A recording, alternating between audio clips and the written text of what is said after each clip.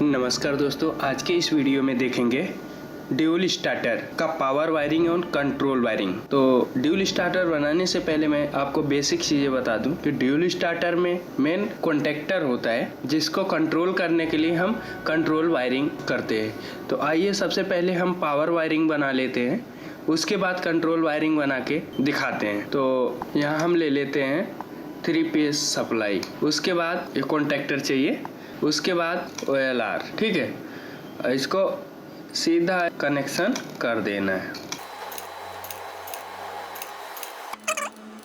ठीक, last motor रहेगा। ये हो गया हमारा पावर वायरिंग। यदि हम पावर ऑन करते हैं, कॉन्टेक्टर के इनपुट तक आएगा। आउटपुट से निकालने के लिए इस कॉन्टेक्टर को ऑपरेट करना पड़ेगा कंट्रोल वायरिंग के जरिए। उसके बाद हमारा ये मोटर ऑन होगा। ठीक है, ये कॉन्टेक्टर कॉइल है, इसके A1 A2 पॉइंट पे पावर सप्लाई देना पड़ेगा।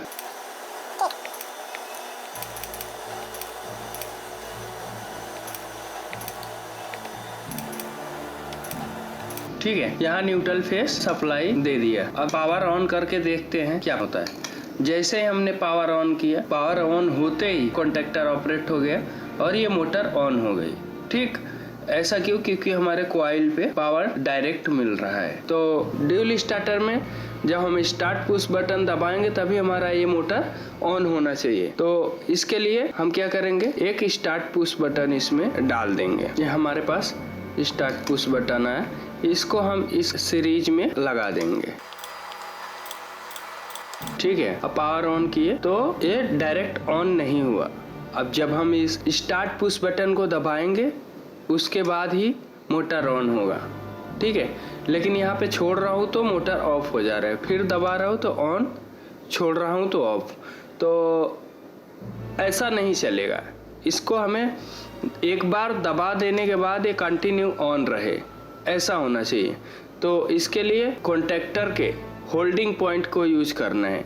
होल्डिंग पॉइंट मतलब जिस कॉन्टेक्टर को होल्ड करना है उसी कॉन्टेक्टर का येलो पॉइंट स्टार्ट बटन के पैरेलल में लगाते हैं। ठीक है, ताकि जब हम पावर ऑन करें और स्टार्ट पुश बटन को दबाएं तो ये होल्ड हो जाए। कॉन्टेक्टर ऑन होने के बाद उसका एनो पॉइंट चेंज हो जाता है। जैसे एनो पॉइंट चेंज होगा, एनो से NC होगा, तो पावर सीधा इधर से बाईपास होते हुए A1 पे आ जाएगा और कॉन्टेक्टर ऑन हो जाएगा। अब ऐसे में बंद करने का ऑप्शन नहीं है। जब तक हम पावर बंद नहीं करेंगे तब तक ये बंद नहीं होगा। तो इसके लिए हम क्या करेंगे, एक स्टॉप पुश बटन डालेंगे। इसके सीरीज में जितने स्विच लग रहे हैं सब सीरीज में लग रहे हैं। ठीक है, फिर यहाँ फेस सप्लाई प्रोवाइड करके पावर ऑन करते हैं। तो कंट्रोलिंग में NC पुश बटन के अंदर से होते हुए हमारे NO पुश बटन के इनपुट तक आया है पावर। जब स्टार्ट पुश बटन को दबाएंगे कॉन्टेक्टर ऑपरेट हो जाएगा, हमारा मोटर ऑपरेट हो जाएगा। ठीक है, अब इसको बंद करने के लिए सीधी सी बात है कि हमें इस कॉइल तक पहुंचने वाली पावर को ब्रेक कर देना है। उसके बाद हमारा मोटर ऑफ हो जाएगा, कॉन्टेक्टर भी। जैसे हमने ब्रेक किया, कॉन्टेक्टर ऑफ हो जाएगा। उसके बाद फिर से चालू करेंगे तो होल्डिंग पॉइंट से होते हुए ये बाईपास करके A1 तक आएगा। तो ऐसा काम करता है। लेकिन अभी यहाँ हम OLR लगाए हुए हैं। जब ओवरलोड करंट फ्लो होता है OLR के अंदर से, ये सीधा ट्रिप करा देता है और ट्रिप कराने के बाद कॉन्टेक्टर का कॉइल ऑफ होना चाहिए, लेकिन हुआ नहीं है। ऐसा क्यों? क्योंकि अभी तक हम इसको कंट्रोल वायरिंग में लिए नहीं है। तो आइए इसको भी कंट्रोल वायरिंग में लेते हैं। ठीक है, इसका कंट्रोल वायरिंग में लेने के लिए OLR के NC पॉइंट 95 और 96 को यूज करेंगे। ठीक है, अब इसको भी हम सीरीज में जोड़ देंगे और जैसे ही हम पावर ऑन करेंगे यहाँ से पावर जाएगा OLR के NC पॉइंट से होते हुए स्टॉप पुश बटन से होते हुए स्टार्ट पुश बटन के इनपुट तक। ठीक है, अब इस कंडीशन में अगर हमारा OLR देखा जाए ओवर करंट फ्लो होगा इसके अंदर से, तो ये तुरंत ट्रिप कराएगा।